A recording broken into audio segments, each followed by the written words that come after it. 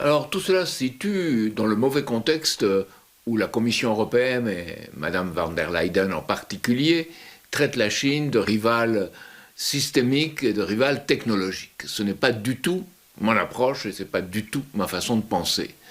Je suis candidat pour la paix dans le monde, et la paix, par le développement mutuel, c'est s'entendre dans les questions économiques.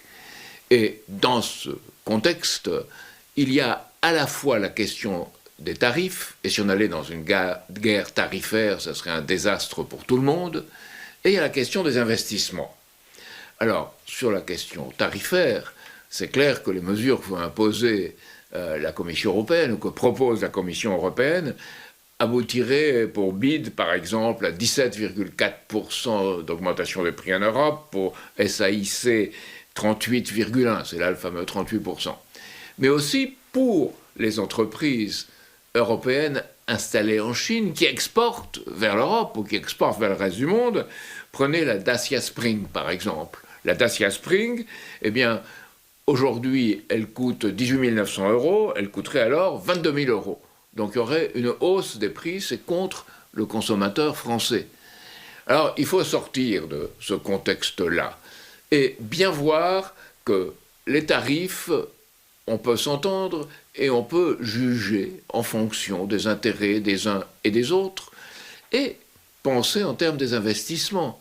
Maintenant, voilà que la Chine se met à investir beaucoup en Europe. Il y a une grande usine BYD en Hongrie. M. Jinping était en Hongrie, on a parlé. Il y a aussi des installations de batteries au Portugal. En Allemagne, il y en a déjà une. En Allemagne, c'est ATL. Au Portugal, c'est BID. C'est plutôt calme. Donc, mais BID aussi voudrait s'y installer. Dans ce contexte, les producteurs allemands, par exemple, la Chambre de commerce allemande, sont contre ces tarifs. Beaucoup de gens en France aussi sont contre ces tarifs, parce qu'ils voient bien que ça se retourne contre nous. Donc moi, je dis deux choses. Il faut négocier, et négocier fermement, mais négocier avec un engagement de réciprocité. Et puis, il faut voir les tarifs et les investissements comme une unité. Et je pense que l'accord global sur les tarifs entre l'Union européenne et la Chine, qui a été gelé, devrait être rétabli. Et qu'on devrait avoir une vision d'ensemble des économies européennes et l'économie chinoise pour travailler ensemble et penser pas en termes de sanctions ou de guerre, mais en termes de développement mutuel et de coopération. Alors, il y a les entreprises et il y a les États. Il est normal que les entreprises cherchent là où sont des avantages comparatifs. Et dans ce cadre, les entreprises dans le secteur automobile doivent négocier entre elles. Il y a des usines de Stellantis en Chine. Il y a des usines chinoises qui commencent à s'installer. BID en Hongrie, comme je le disais tout à l'heure. Mais il y en aura d'autres. On en verra d'autres très rapidement s'installer, notamment pour les batteries au Portugal, à Sines.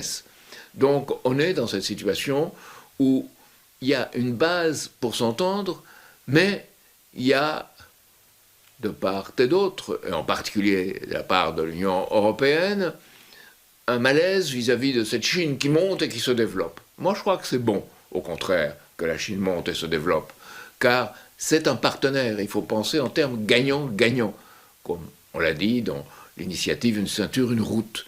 Et nous pensons qu'au niveau international, on doit passer à une sorte de pont terrestre mondial. Et je pense que la façon essentielle de voir les choses, si les chaînes de production et les chaînes de valeur se décomposent, ça sera un désastre pour nous tous. Je suis convaincu que les Français installés en Chine peuvent aider à ce processus de rapprochement et de développement mutuel. Tout est encore en négociation, je le crois. Le tout est de savoir quel est ce niveau de taxe. Tout est encore en négociation et tout est mené à Bruxelles. Donc la chose la plus importante, c'est savoir quel est ce niveau de taxe. Les Chinois ont dit qu'ils étaient matraqués. D'un autre côté, les Européens disent qu'il y a des subventions cachées parfois, des aides très fortes données aux entreprises. Il faudra donc trouver un terrain d'entente. Le plus important, c'est des règles que l'on trouve ensemble. Le plus important, c'est que la Commission européenne et la Chine discutent route. C'est ce qui a été fait lors de la dernière visite du président Xi Jinping et c'est ce qu'il faut nous continuer à faire. Il y a quelque chose qui est extrêmement important pour, même je dirais pour la planète et pour la mobilité, c'est l'avènement des véhicules électriques. Nous, ce qu'on souhaite en tant qu'entreprise Valeo, qui fournissons des technologies pour les véhicules électriques, voilà, c'est d'avoir des circonstances, des conditions économiques partout dans le monde qui permettent de développer au mieux le véhicule électrique, au mieux pour l'ensemble des consommateurs de la planète, parce qu'il y a une vraie volonté des consommateurs de se déplacer, d'avoir de la mobilité, et il est important pour la planète que cette mobilité bascule à l'électrique. Alors évidemment, on connaît très bien les véhicules électriques chinois puisqu'on est fournisseur de technologie pour les véhicules électriques. On voit qu'il y a des véhicules qui sont extrêmement avancés, des véhicules technologiques très intéressants. Par exemple, j'ai un exemple qui me vient en tête. On a une collaboration avec Zeekr, la marque de Geely de véhicules électriques innovants. Et on a présenté ensemble la face avant d'éclairage de la Zeekr à Las Vegas. Avec le président de Zeekr, M. Han Song-Hui, on a présenté ensemble cette nouvelle face avant qui permet en fait d'avoir une image de la voiture extrêmement moderne grâce à 1700 éclairages.